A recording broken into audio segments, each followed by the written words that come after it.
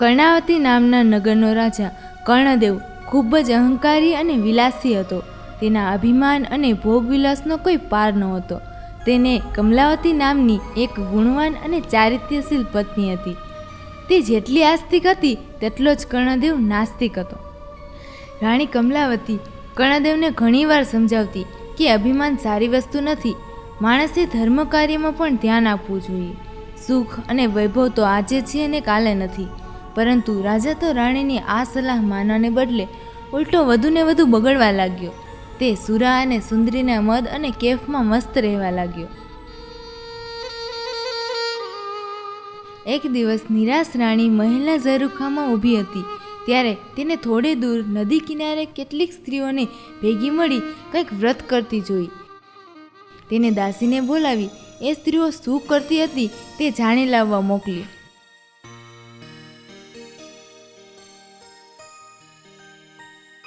થોડી વારે દાસી પાછી આવી અને રાણીને કહ્યું, રાણીજી, મેં નદી કિનારે બેઠેલી સ્ત્રીઓને પૂછ્યું તો એણે મને કીધું કે અમે દશામાનું વ્રત કરીશી. રાણી તો આશ્ચર્ય પામી ગઈ અને તેણે પૂછ્યું, દશામાનું વ્રત? એ વ્રત કેવી રીતે કરાય? એ તો જાણી લાવી.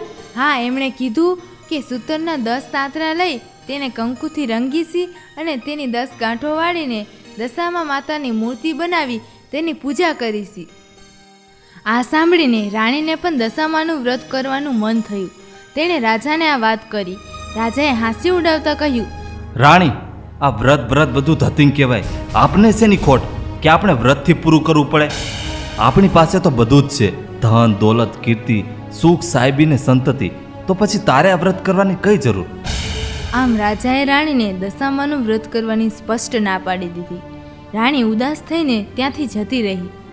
પરંતુ મા દશામાં પોતાનું આવું ઘોર અપમાન થયેલું જોઈ ક્રોધિત થઈ ઉઠ્યા. તેમણે અભિમાની રાજાને પાઠ ભણાવવાનું નક્કી કર્યું. બીજા જ દિવસે સૂર્યોદય થતાં જ પડોશી દેશનો રાજા લશ્કર લઈ કર્ણાવતી ઉપર ચડી આવ્યો. આ એકાએક આક્રમણથી કર્ણદેવ હેપતાઈ ગયો અને લડાઈમાં હારી ગયો. પડોશી રાજાએ તેનું રાજપાટ છૂટવી લીધું અને જીવ બચાવવા રાજા રાણી 2 કુંવરોને લઈ નાસી છૂટ્યો.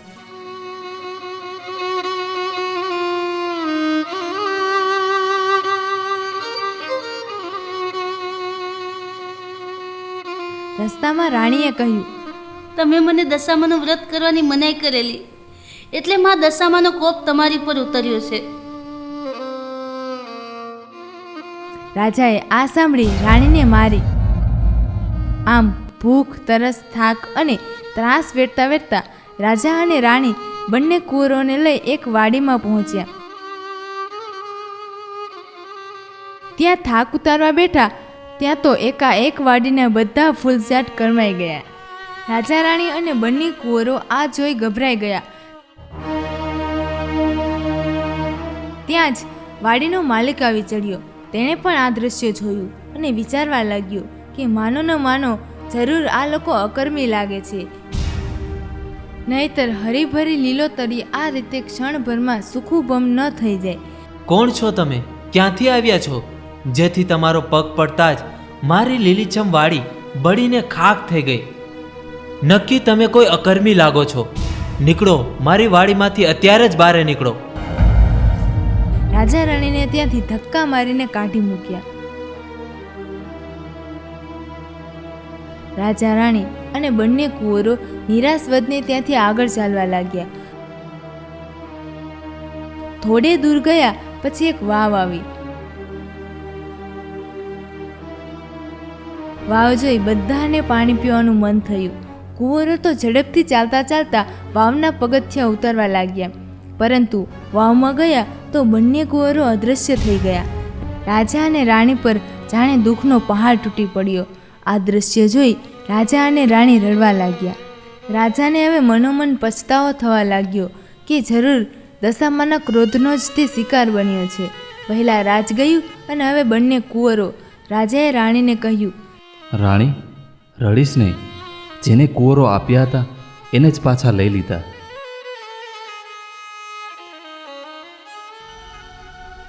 રાજા અને રાણી આગળ ચાલ્યા. ચાલતા ચાલતા તેઓ એક ગામના પાદરે પહોંચ્યા. રાજા આનંદિત થઈ ઉઠ્યો અને કહ્યું, રાણી, આ તો મારી બહેનનું ગામ. ચાલ, આપણે તેને મળવા જઈએ. રાજાએ એક માણસને બોલાવી પોતાના આગમનનો સંદેશો આપવા બહેનને ત્યાં મોકલ્યો. બેન, તમારા ભાઈએ એક સંદેશ મોકલાવ્યો છે. એ લોકો ગામના પાદરે વાટ જોવે છે અને એ બહુ ખરાબ હાલતમાં છે. મારો ભાઈ આ હાલતે ન હોય, એ તો કર્ણાવતી નગરનો રાજા છે. બહેને પોતાના ભાઈ માટે પિત્તળના ઘડામાં સુખડી ભરીને મોકલાવી. એ ઘડામાં એક સોનાનું સાંકડું પણ મૂક્યું. એ જે હોય તે, તમે મારા ભાઈનું નામ લીધું એટલે આ લ્યો, આ ઘડામાં સુખડી અને સોનાનું સાંકડું મૂક્યું છે, તેને કામ આવશે.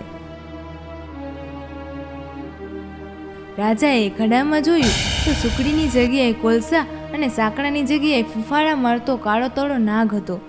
આ જોઈ રાજા ક્રોધથી રાતો પીળો થઈ ગયો. તેના માન્યમાં ન આવ્યું કે તેની સગી બહેન તેના માટે સાપ મોકલાવ્યો હતો, પરંતુ તે હકીકત હતી. રાજા માથું પકડીને વિચારવા લાગ્યો તો તેને સમજાયું કે આ બધું દશામાના ક્રોધનું જ પરિણામ છે. આથી તેને ઘડાને જમીનમાં જ દાટી દીધો. રાજા અને રાણી આગળ વધ્યા. ચાલતા ચાલતા એક નદી આવી. નદી કિનારે ચીબડાની વાડી હતી. રાણીને ખૂબ ભૂખ લાગી હતી. તેણે રખેવાળને એક ચીબડું આપવા કહ્યું. રખેવાળને રાણી ઉપર દયા આવી. તેણે રાણીને એક ચીબડું આપ્યું. રાણીએ ચીબડાને સાડીના છેડામાં ઢાંકી દીધું. રાણીને થયું કે કોઈ કૂવાના કિનારે શાંતિથી ચીબડું ખાઈ પાણી પીશું. રાજા રાણી થોડે દૂર ગયા હશે ત્યાં જ તેમની પાછળ સૈનિકો આવી પહોંચ્યા. તેમણે બંનેને રોક્યા અને તેમને પકડી લીધા. તેમણે રાણીની સાડીના છેડામાં ઢાંકેલું નાસી ગયેલા રાજકુંવરનું માથું સંતાડેલું મળ્યું. મા દશામાના ક્રોધને લીધે રખેવાળે આપેલું ચીબડું રાજકુંવરનું માથું બની ગયું હતું. આ લોકો કુંવરના હત્યારા છે, પકડી લ્યો આને. સૈનિકો ક્રોધે ભરાયા અને તેમને દોરડેથી બાંધી રાજાની સામે લઈ ગયા. આ લોકોએ મારા દીકરાની હત્યા કરી છે. સૈનિકો, જેલમાં પૂરી દો આને. રાજાએ પણ ગુસ્સે થઈ તેમને તાત્કાલિક જેલમાં પૂરી દેવાનો આદેશ કર્યો. જેલમાં બેઠા બેઠા રાજા રાણી આ ઘટના ઉપર શાંત ચિત્તે વિચાર કરવા લાગ્યા. તેમણે ખાતરી થઈ ગઈ કે જે કંઈ બનાવો બની રહ્યા હતા તે બધા જ દશામાના કોપને લીધે જ બની રહ્યા હતા. તેથી હવે એન કેન પ્રકારે દશામાના ક્રોધને તો શાંત પાડવો જ પડશે. આથી દશામાને રીઝાવવા રાણીએ તેમની તપસ્યા શરૂ કરી. 10 દિવસ સુધી રાજા અને રાણીએ માના નામના જપ કર્યા અને નકોરડા ઉપવાસ કરી માની માનસિક સેવા પૂજા કરી. પોતે કરેલી ભૂલોને ક્ષમા કરવા માની યાચના કરી. રાજા રાણીની હાર્દિક ભક્તિ જોઈ મા દશામાં તેમની ઉપર પ્રસન્ન થયા અને તેમને સપનામાં દર્શન દીધા અને આશ્વાસન આપતા કહ્યું કે ચિંતા કરશો નહીં, સૌ સારાવાના થશે.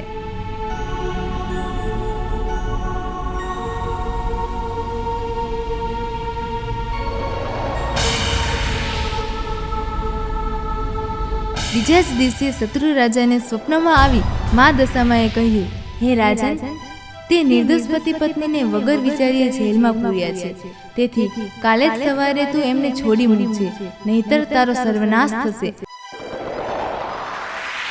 અને હા, તારો કુંવર રિસાઈને જતો રહ્યો છે તે હજી જીવિત છે. તે સવારે ત્યાં આવી જશે.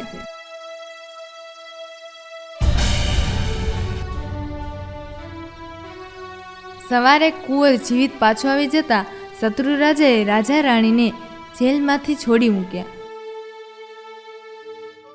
રાજા રાણી દશામાં માતાનો આભાર માનતા અને ગુણગાન ગાતા ત્યાંથી આગળ ચાલ્યા અને બહેનને ગામ આવી પહોંચ્યા.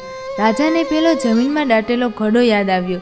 તેણે જમીન ખોદી અને ઘડો બહાર કાઢ્યો અને અંદર જોયું તો તેમાં સુખડી અને સોનાનું સાંકડું હતું.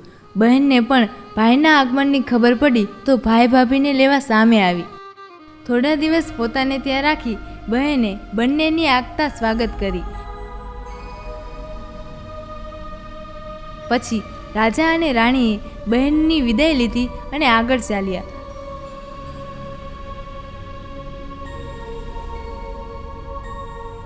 તેઓ પેલી વાવ પાસે આવી પહોંચ્યા. ત્યાં તેમના બંને કુંવરો અદૃશ્ય થઈ ગયા હતા. વાવમાં ગયા તો એક ડોસીમાં તે બંને કુંવરોને લઈ તેમની રાહ જોતા ઊભા હતા. રાજાએ પૂછ્યું, આ કુંવરો ક્યાંથી મળ્યા? જવાબમાં દશામા માતાએ તેમનું અસલ સ્વરૂપ પ્રગટ કર્યું અને રાજા રાણીને આશીર્વાદ આપતા કહ્યું, હે રાજન, તારી રાણીની ભક્તિથી હું પ્રસન્ન થઈ છું. તેની ધર્મપરાયણતા અત્યંત પ્રસન્નીય છે. તું પણ હવે સુધરી ગયો છે. જા, તને તારું ઝૂંટવાઈ ગયેલું રાજ્ય પાછું મળશે. માં, તમે તો દયાળુ છો. તમારો મહિમા અપરંપાર છે અને તમારી કસોટીમાંથી પાર ઉતરવું એ પામર માનવી માટે કઠિન છે. માટે માં, અમારા ઉપર દયા રાખજો, દયા રાખજો માં.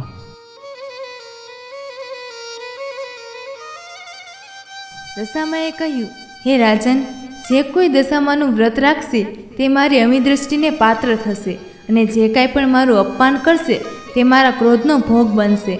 અને દશામાં અદૃશ્ય થઈ ગયા.